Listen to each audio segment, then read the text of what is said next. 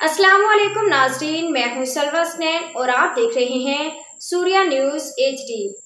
आइए नजर डालते हैं आज की अहम खबरों पर। लाहौर रिपोर्ट। मलिक अनीक ज़रिए इनकम टैक्स से किसानों से 2 वक्त की रोटी छीन ली गई। नासिर अब्बास कादरी एडवोकेट पाकिस्तानी कौम को भूख और अफलास से मारना IMF का एजेंडा है। मरकजी रुकन मशावरत PFP तफसीलात के मुताबिक पाकिस्तान इस्लाह पार्टी के मरकजी रुकन मशावरत सदर National Democratic Alliance Punjab Nasir Abbas Qadri advocate ने कहा है कि हुकूमत पंजाब ने ज़रिए इनकम टैक्स लगाकर किसानों, मजदूरों और आवाम से 2 वक्त की रोटी तक छीन ली गई है।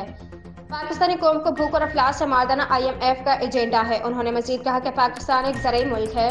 ज़राई इनकम टैक्स से ज़राअत से मुतल्लिक़ हर चीज़ महंगी हो जाएगी और महंगाई का एक तूफ़ान बर्पा हो जाएगा। लिहाजा हुकूमत पंजाब ज़राई इनकम टैक्स फौरी तौर पर वापस ले और जितना भी मुमकिन हो सके किसान को रिलीफ फ्राहम किया जाए। आज के लिए इतना ही। मज़ीद खबरों और अपडेट्स के लिए देखते रहिए सूर्या न्यूज़ HD।